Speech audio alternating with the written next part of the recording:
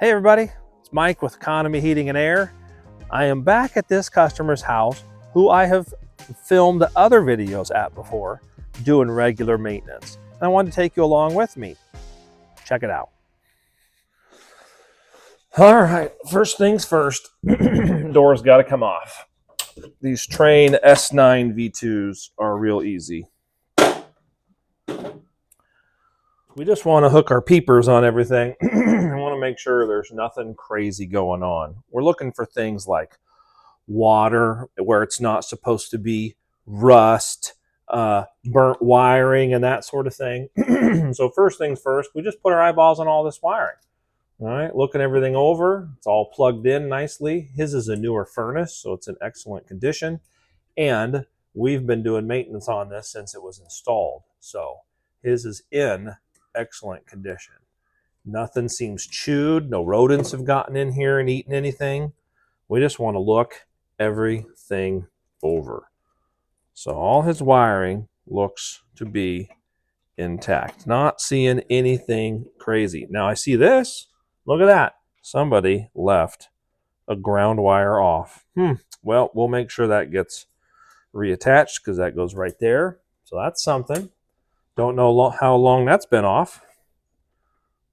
All right, so all the wiring looks good. So next thing I'm going to do is I'm going to disassemble the burner compartment. Actually, the very first thing I'm going to do is, you can see the lights are on. I'm going to turn the power off. I could do it with power on, but you know some safety Nazis out there are going to leave comments about turning the power off. So there we go. We've turned the power off. So first things first, complete disassemble of the system. And I've done a lot of these Tranes, so I can get them apart pretty quick.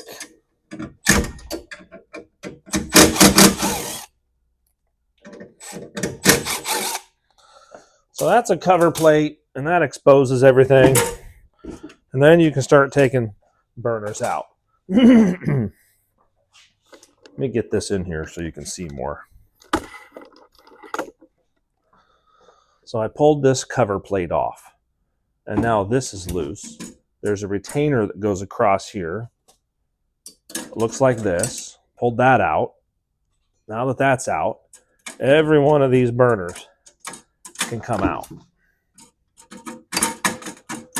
So they come out. So let me do that real quick. Now, it is important for you to know, as a technician, what you're working on. So in this case, this is a 96% efficient liquid propane furnace, gas furnace. Each burner is worth 20,000 BTUs, so 20, 40, 60, 80. This is an 80,000 BTU furnace. That's important. Now that the burners are out, we can take the flame sensor out, which is a metal rod that sits in the flame. And a flame can conduct electricity. And so your flame sensor is connected to the board, and that board conducts electricity through the flame when there is one present. And if it cannot conduct electricity through the flame, then it shuts the system down. So first things first, we're going to take care of this flame sensor. There's a lot of different ways you can clean this. Guys talk about using a dollar bill. I think they missed the joke with that. I think they missed the idea that sometimes on a service call, the only thing that's wrong with a furnace is the fact that it hasn't been regularly maintained and the flame sensor is really dirty. And so you're giving them dollar bills to go clean their flame sensor. I'm using a little wire brush here. I get this at Lowe's in their welding section. They got a little 3-pack. It comes with a steel one, a brass one, and a nylon one in that pack. And I really like it for stuff like this. But What you want to look for is to make sure it's not pitted and burnt up. If it's starting to pit and fall apart, yeah, you can clean it and you might get away with another year, but you really just need to replace it. And you want to make sure it's not all corroded up. So you can see there, it's just a metal rod. So you can see it there. The camera doesn't really show it that well. See if I can put it into place. It looks dark in the film, but it really is metallic and shiny. And the film, like I'm using a film camera, using an iPhone. Anyways, you want to just make sure it's clean. Another way to tell is wiping it with your fingers. See, it's not all black and sooty, so that's good. Flame sensor, clean. Next thing I want to do is I want to take all my burners and I want to inspect them. I want to look at them and I want to make sure I can see through them. And it's kind of hard to tell on camera right there. You can kind of see all the way through. I want to make sure there's no bugs and stuff like that. I want to make sure all this isn't so rusted because as they rust and decay, these will clog up. And this little groove right here is very, very important. That groove, the gas comes in here, and there's another burner here, another burner here, another burner here, and it's ignited over here, and the flame travels along each one of these grooves and lights every burner. So you got to make sure those are empty. There's nothing in there getting in the way. No spiders have crawled up in there, build a little nest. That'll happen sometimes. So these are stainless steel because they're for a propane furnace. And you just want to make sure they're not all rusty and nasty. If they're all rusted, the answer is replace them. That's it. The answer is replace them.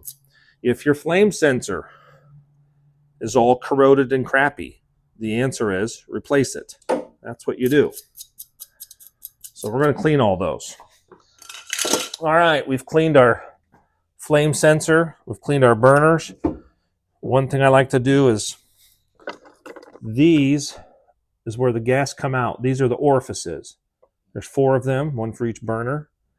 And I like to take my wire brush and make sure that those are clean as well. Just make sure ain't nothing in there. This thing's been sitting since last year. You don't know if a spider's gotten up in there. Some bugs crawled up in the hole. It happens. They get in there and they do all sorts of stuff.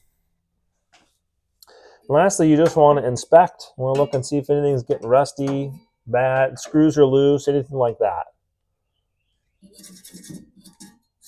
His is in excellent condition. Now, I am going to reassemble the burner compartment.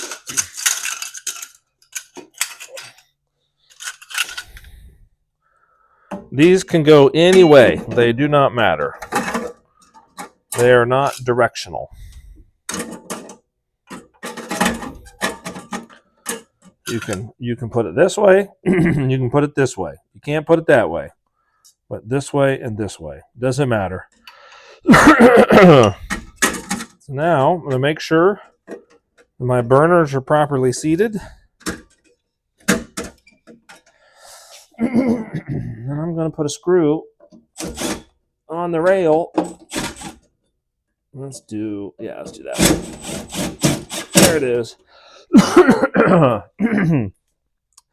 I got something in my throat. Don't know what it is.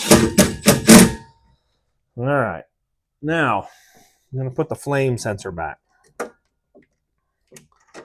Flame sensor just has one screw that holds it in place. I really like the design of these Trane units and how they make it easy to pull that flame sensor out. Pretty much a 1/4-inch nut driver will let you do everything on here. Now, we had that loose ground before. It actually goes right here. That's where they come from the factory. So that's where we're going to put it back. And then we're going to put this retaining rail back in place.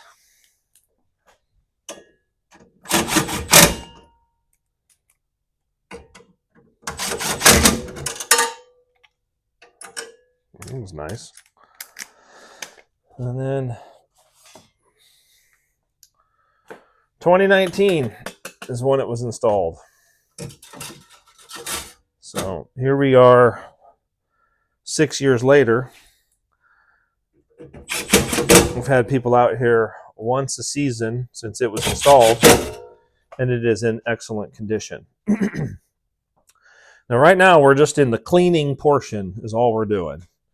So we're going to fire up the vacuum cleaner, and we're going to clean all these drain tubes. We're going to make sure they're clean. We're going to make sure there's nothing in the inducer motor, which is this motor right here, blows the exhaust out. So let's fire up the old vacuum and do a little cleaning.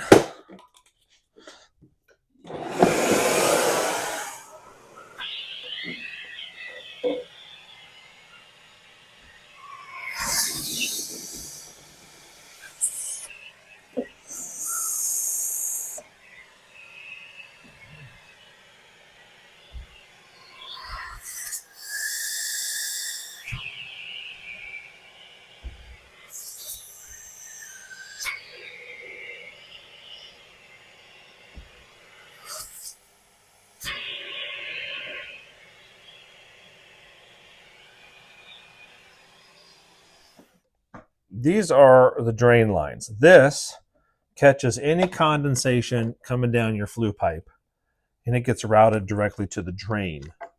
And if you see here, the drain comes out the bottom and ties directly in with the regular drain of the air conditioning system.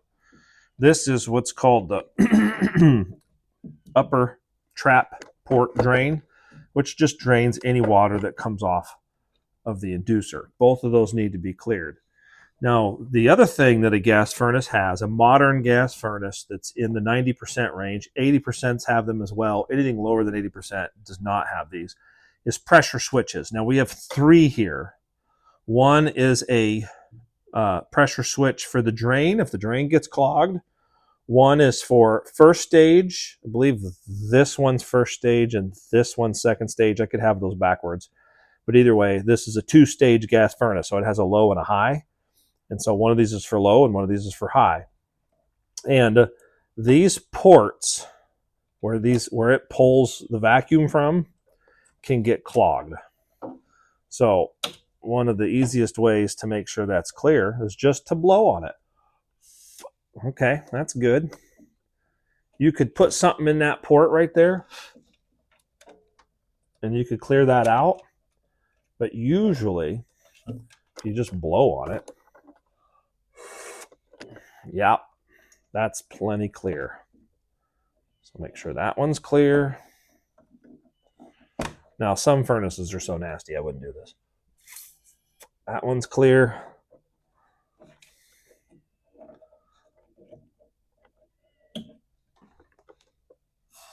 Yep, all of those are in excellent condition. I'll put it all back together. All right, now, before I turn it on and start doing some checks, some different types of measurements, what I'm going to do now is I'm just going to do a quick vacuum over the system.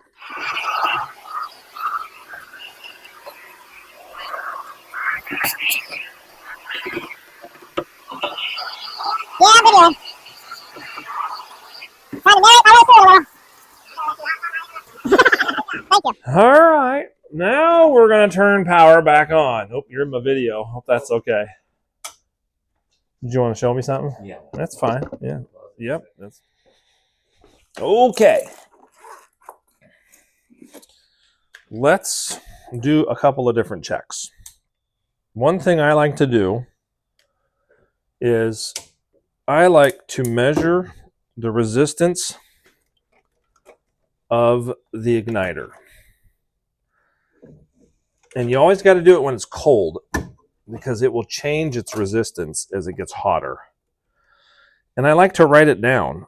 So I will take and put it on the invoice, and I will also write it on the unit somewhere.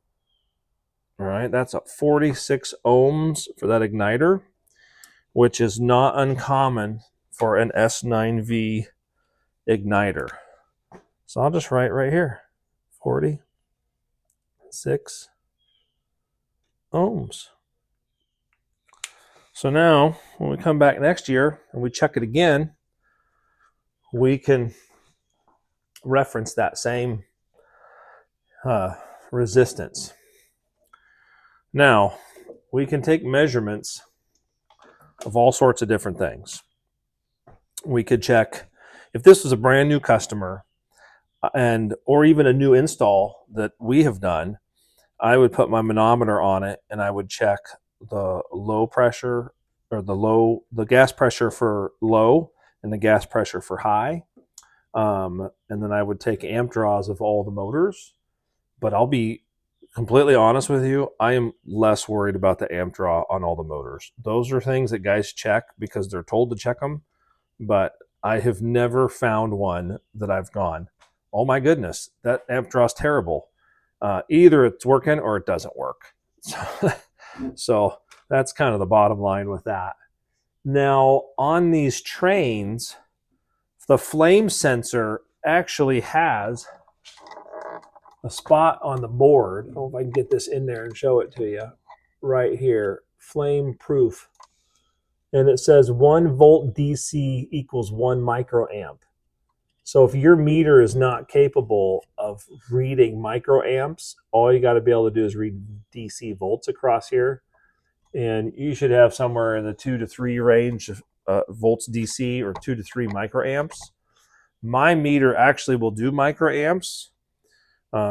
So I could hook it up that way if I wanted to. But we've cleaned all the ports. We make sure all the pressure switches are clear. Our igniter has a good ohm reading. Our flame sensor is good and clean. It has a good ground. We've cleaned all of the burners. All of the orifices are clear. The gas valve is in the on position. Everything here is sitting in what's called idle. And so now we're going to go ahead and jump her out to W1, and we're just going to make it run. And we're going to see how it does. When they're in excellent condition, it doesn't take near as much work. So we're going to fire it off in first stage. Now, we can check our amperage if we want to. First stage, I don't remember which one that is, if that's black or red. I'm going to say it's red. Let's see what black is. Yep, it's red. 0.34 amps, which is perfectly fine. I've got that now on my neutral for the fan. So once the fan kicks on, I should get an amperage reading of the fan motor.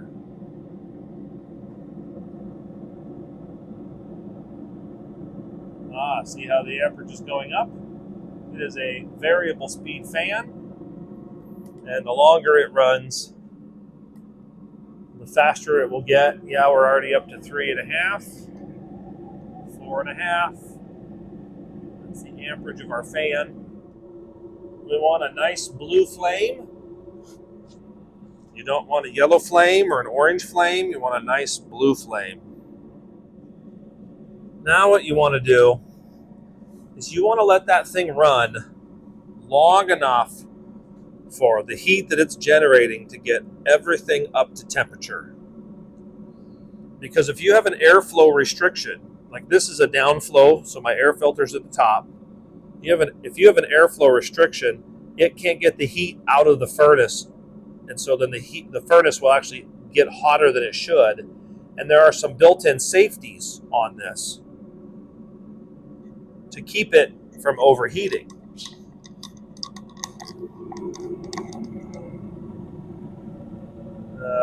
Right there. That's a safety. These are what are called flame rollout safeties. The inducer has a safety for overheating built into it. All your pressure switches are safeties. There's a door switch safety. I think even on these S9 V2s, there might be a switch in the blower compartment on the blower itself as well. So you let it run long enough to get up to temperature. And there's a couple other reasons for that too. This thing has been sitting all year long, and the heat exchanger, which is down here, which is a bunch of pipes going back and forth, they kind of get coated in dust. And that first time you fire it off smells terrible in the house. You should always warn your customer, hey, I'm going to fire off your furnace. It's probably going to smell a little funny. Your fire alarm might go off. Your smoke detector, that is, might go off. Just know it's me working on your furnace. Okay, it's been running for a while. It is up to temperature. Everything's working beautifully. One of the last checks you can make is by removing your jumper or going to the thermostat and turning it off at the thermostat and watching how it turns off.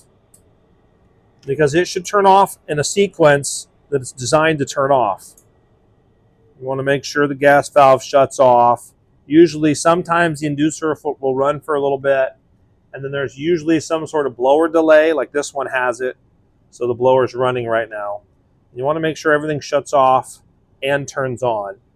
Sometimes guys will go run a service call and they'll say, hey, my furnace sometimes doesn't come on. But they'll go to the house and the furnace is running, and they'll go, oh, it's running, it's fine. Turning it on, turning it off, sometimes will reveal the problem. So you need to cycle it through some on and off cycles to make sure everything's running properly and that you're not missing anything. Sometimes the burners are in such bad shape, the igniter's in bad shape, the flame sensor's in bad shape, the pressure ports are clogged, but we come out every year. We keep this one in tip-top shape, which is the whole point of maintenance. People go, do I really need to have this done? Well, do you really need to change the oil in your car? Or do you change the oil in your car every 3,000 miles, whether it needs it or not? You do it. You do it because you know that's going to give you longevity for the amount of money you've invested in your vehicle. And it's the same thing with a maintenance plan on your HVAC system. You do it to keep it in tip-top condition, so it gives you years of reliable service. It gives you peace of mind. And on those cold days, you know my house is going to be warm. Some of you eagle-eyed viewers might have noticed this down here. I don't know if every part of the country has these, but this is a hot water coil, because outside of his house, he has an outdoor wood boiler, it's called, where he burns wood heat, and it heats water, and it's pumped into this coil. So he has actually 3 different sources of heat. He's got this gas furnace, but this gas furnace is also coupled with a heat pump. And when he wants, he runs his wood boiler and he heats his house as well, which I think also does his shop. So he has a coil here, he has a coil in the shop. There isn't anything that we do with their wood boiler heat coil, but it's important for a technician to know what he's looking at. It's not complicated. It literally pumps water through it, and it's hot in the wintertime. And then the fan's on, and it puts hot air into the house. One other thing I like to do is I like to make sure when they have a gas furnace with a heat pump that everything with the heat pump is functioning properly. So we're going to double check it real quick. You might remember this location from one of my earlier videos, but a heat pump functions just like an air conditioner. So everything ought to come on and run, and it is. The one thing I really want to make sure is right is defrost mode. Trane defrost boards are the absolute easiest. There's a little triangle here. There's a point and a point and a point. All I got to do is short tip of the triangle and the left side, and it should go into defrost mode. I just use my bit. I don't get a jumper out. I just touch it with my bit. Usually hold it on there for a minute. Goes into defrost mode.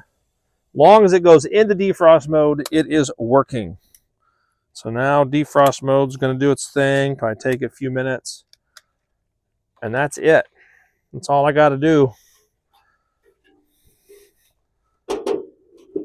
to double check the heat pump. Well, there you have it. That's just a basic clean and check. There's a lot more measurements you could make if you feel that you need to, but I'm not troubleshooting. I already know this is a properly working system, sized right for the house, the ductwork is sufficient. How do I know all those things? Because we put that in. We've already done all our homework on all of that. This is a regular customer who we come out every year. So when you have a new customer, you got to do a lot more. You got to look and see if the furnace is the right size for the house. Can the ductwork handle the heat that the furnace is making? You know, is the gas pressure set properly? You got to go through and check a lot of different things, and you got to make sure all of those things are right. So this isn't the be all end all video on the way to do a furnace clean and check. That's the way I did this clean and check because of how I know the customer and how I know his home and how I know his setup is and how it works. We come every year, and we've kept his in excellent condition since the day it was installed in 2019. And that's the benefit of regular maintenance. Those initial maintenances, when they've been neglected, they take a lot longer. And you got to do your homework, and you got to look things up, and you got to learn the system and all of the things I just talked about. So I hope you learned a little something about how regular maintenance is performed. Again, there's a whole lot more checks that need to be made when they need to be made, but in this case, we didn't have to do some of those, and so he's good to go. Its system's going to be real reliable for him. He's going to have nice warm winters. His heat pump is in excellent condition. His furnace is in excellent condition. His outdoor wood boiler is right behind the camera. It's in excellent condition, though we don't mess with that. We don't touch it, but it's not a difficult thing to do to perform seasonal maintenance, but you should have it done. And if you're a technician, you should know how to verify all of those things. And so I hope you got a kick out of what I did, and I'll try to show you an electric air handler and a heat pump in another video. Thanks for watching. Please hit like, subscribe, and share it. It really helps me out.